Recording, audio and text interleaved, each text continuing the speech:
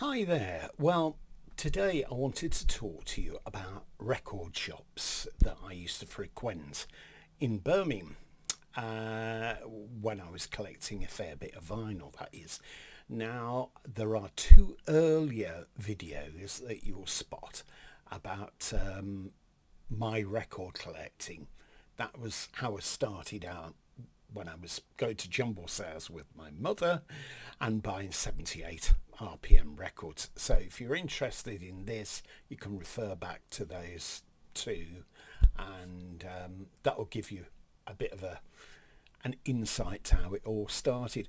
Well, when I started saving money, there were various record shops that I'd save up money and I'd know that I wanted to buy certain records. And my parents used to buy records from a shop near to us in Birmingham called the Dolls Hospital.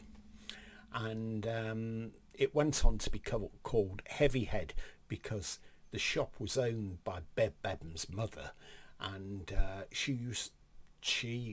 Bev, used to sell records as well in there. So there'd be a big line at the front of the window, and LPs would be clipped on, or singles, something like that. So my parents bought a few albums there from there, and I can remember one notable one was the Big O, Roy Orbison, because they were big fans of Roy Orbison.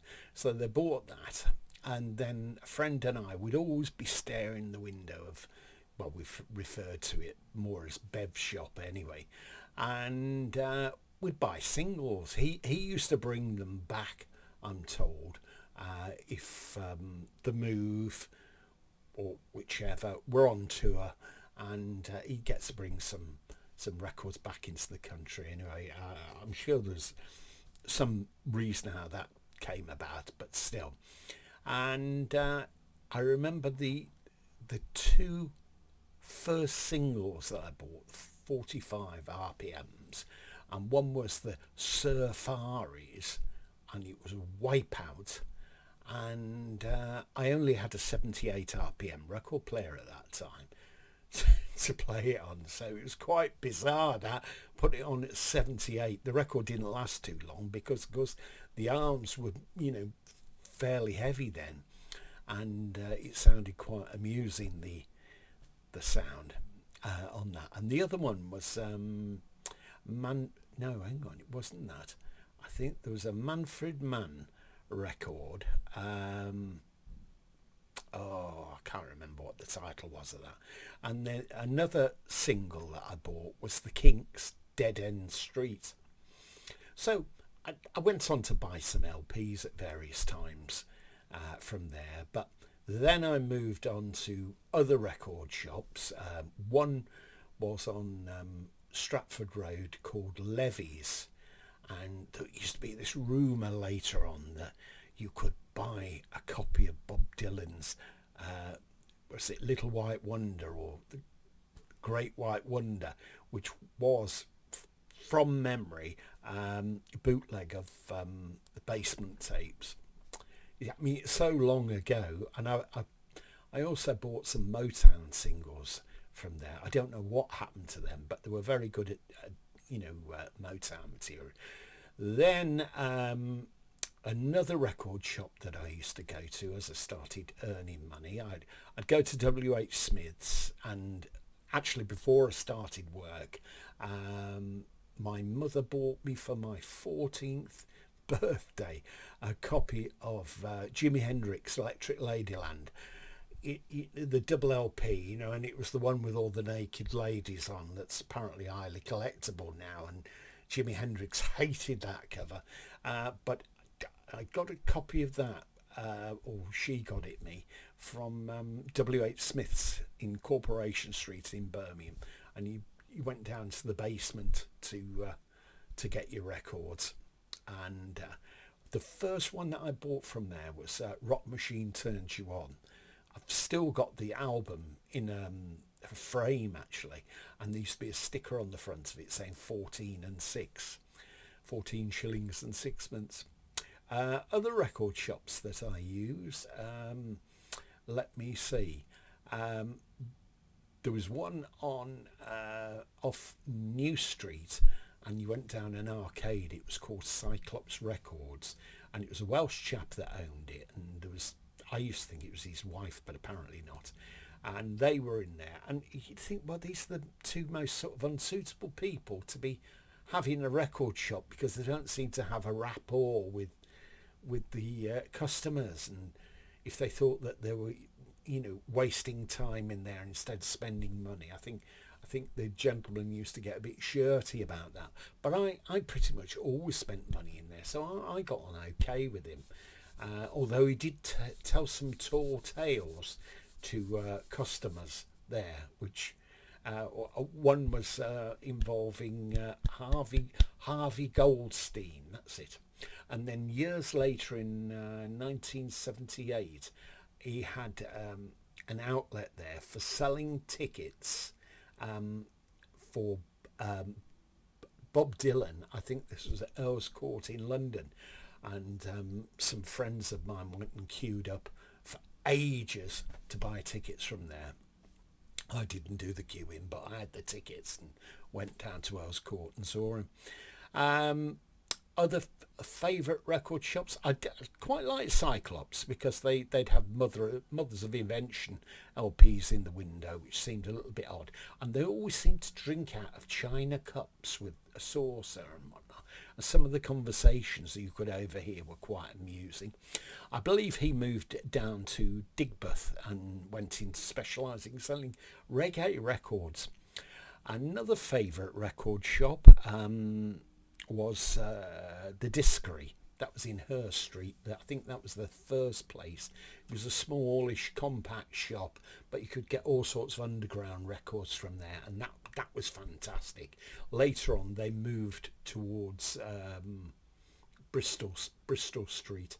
It was on a corner. I can't remember what the actual place is called there, but they're still there now. It's not the original owner. Somebody else took it over. I don't know if the shop resembles that, but they could get you pretty much anything. You could buy second-hand records as well at the later premises.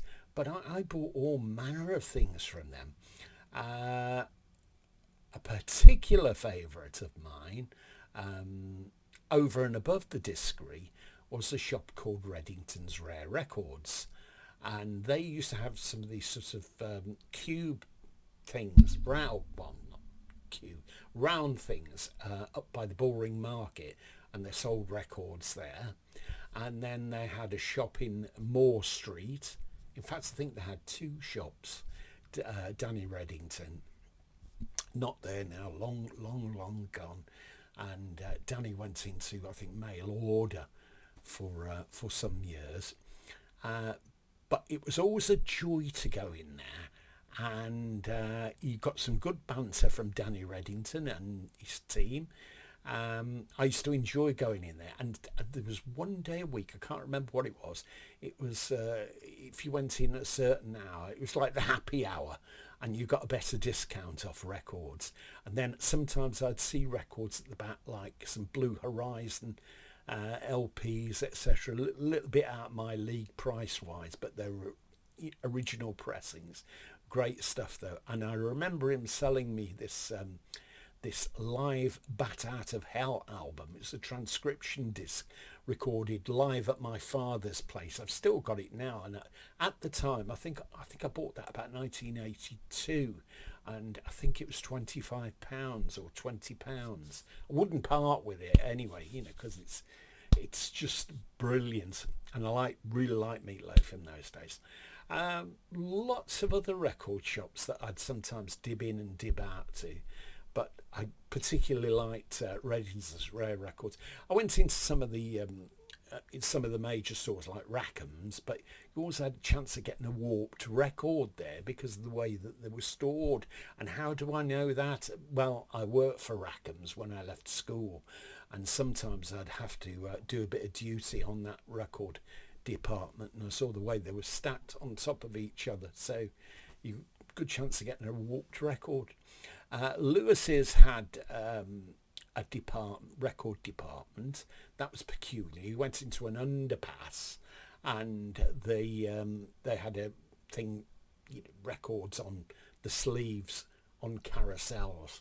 And my father would be looking at Joseph Locke LPs and things like that.